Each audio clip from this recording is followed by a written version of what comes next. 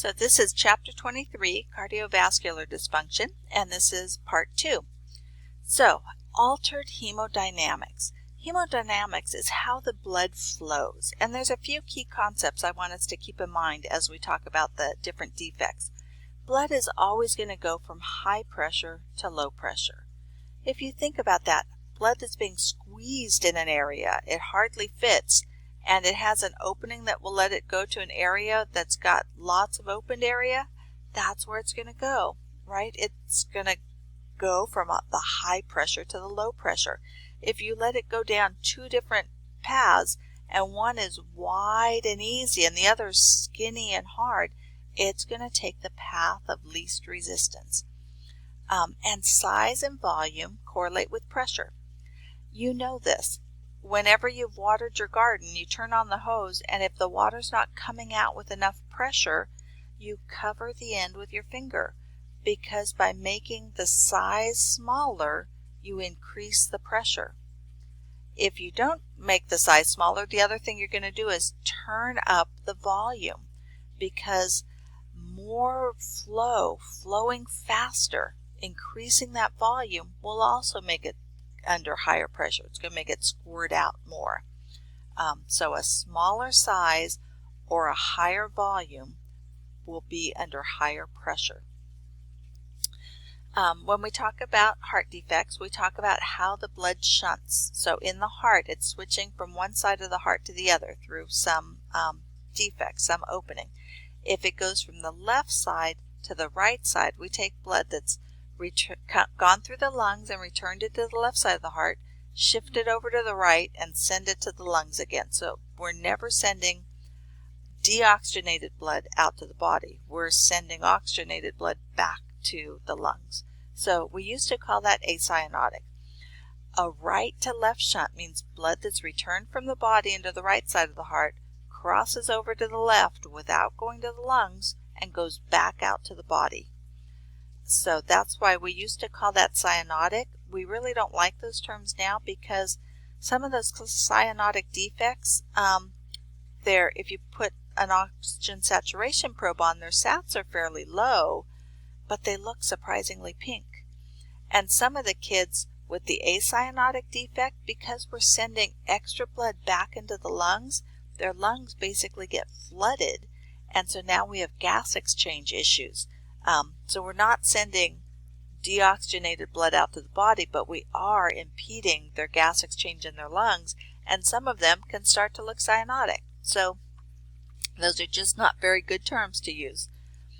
So these are our old terms, and we prefer now to talk about how the blood flows. So hemodynamic changes. We talk about some of our defects have increased pulmonary blood flow. We're sending extra blood to the lungs. Or they have decreased pulmonary blood flow. We're not sending blood to the lungs. An obstruction of blood flow out of the heart, so it's hard for it to get out, or we're mixing it in the heart, mixed blood flow. And there is a website, I have the link on here, that's a really nice website. It was made by Johns Hopkins and Cove Foundation. It has all the cardiac defects, and if you run your cursor over it, you can see what normal is, and then take your cursor away and you see what the defect is. So it's really helpful in seeing what these defects are. So if we do have an increased pulmonary blood flow defect, there's some opening between the two sides, and very shortly after birth, the left side becomes higher pressure, which means blood is going to flow from the left side to the right side. So we either have an opening between the septums, the atria or the ventricle or both, or the great vessels. But we're going to get that blood going back into the lungs. So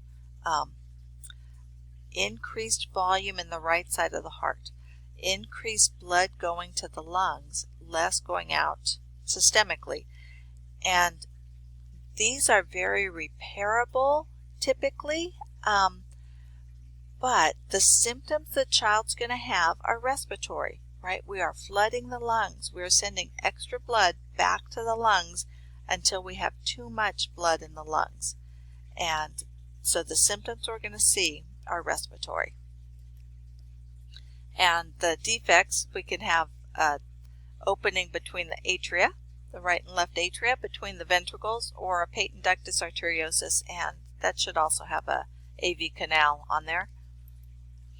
So in an atrial septal defect, remember, this was our foramen ovale, which should have closed.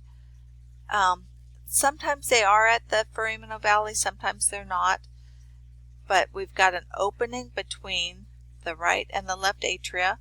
After birth, that blood coming from the lungs back into the left side of the heart, this is at higher pressure, so it's going to squirt blood from the left side to the right side and send it back to the lungs where it just came from.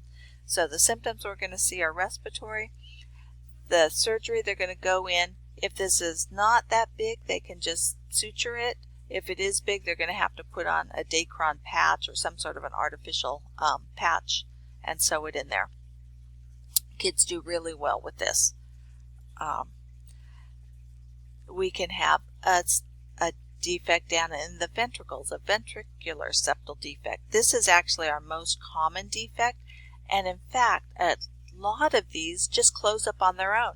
So if they find a VSD, they're going to be monitoring this child, and as long as they're growing well and seem to be thriving, they're going to hold off repairing it, hoping that it will close on its own. And again, depending on how large this is, so if it doesn't and they have to surgically close it, sometimes they can just suture this together. If it's large, then they often have to put in a patch. But again, the kids do very well with this. AV canal, or an ASD and VSD is what I'm seeing the hospital call it these days. This means we have both blood mixing between the atria and the ventricles, and actually all four chambers can mix. This is our most common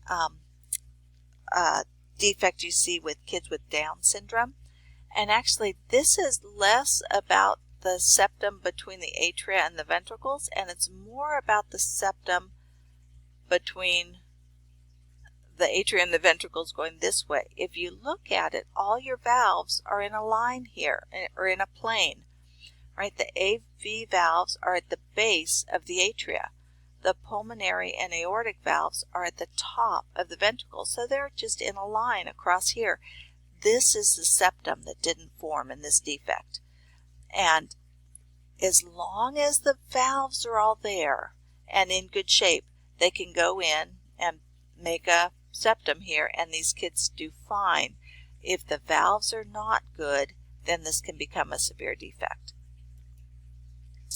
And a patent ductus arteriosus, right? Here's the ductus that was supposed to be open in utero, and in utero, this side, the right side, was higher pressure, so we were coming from the right side back out to the aortic arch and back to the body and skipping the lungs.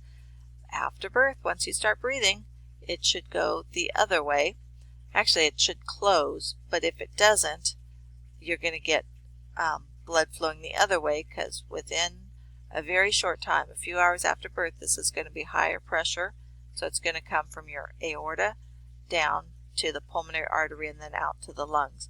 So again, you're sending extra blood to the lungs. This is a problem with our premature babies, and part of that is because the pressures don't change the way they should.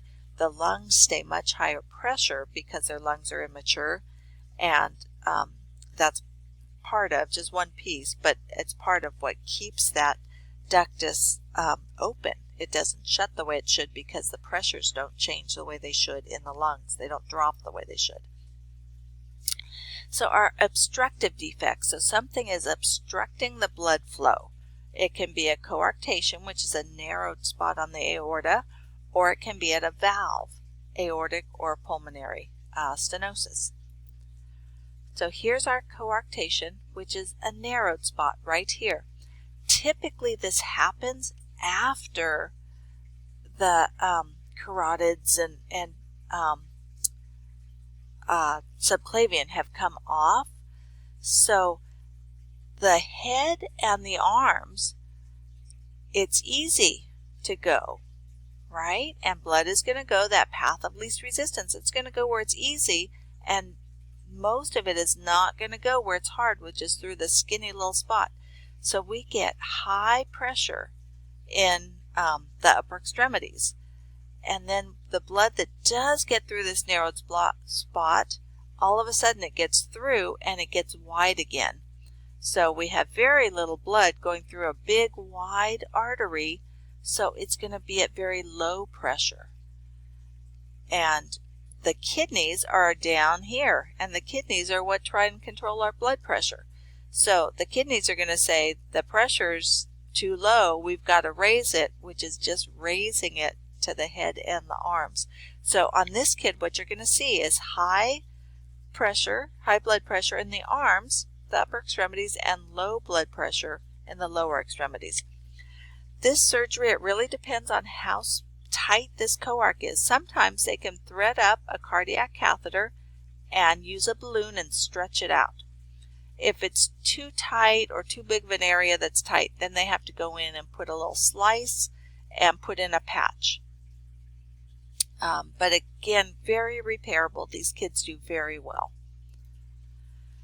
Stenosis means a narrowed place, but at a valve. So aortic stenosis is a narrowing of the aortic valve.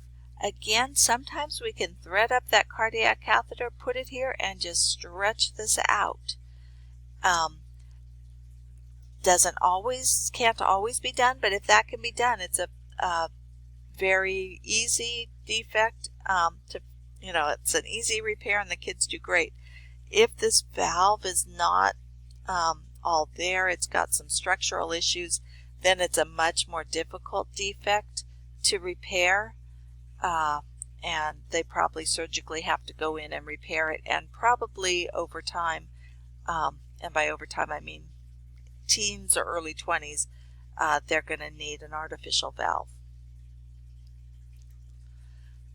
Pulmonary stenosis is the same thing, a valve that's too tight, too small, but it's the pulmonary valve. So here's our blood coming into the right side of our heart and going up and out to the lungs, and it can't get through here.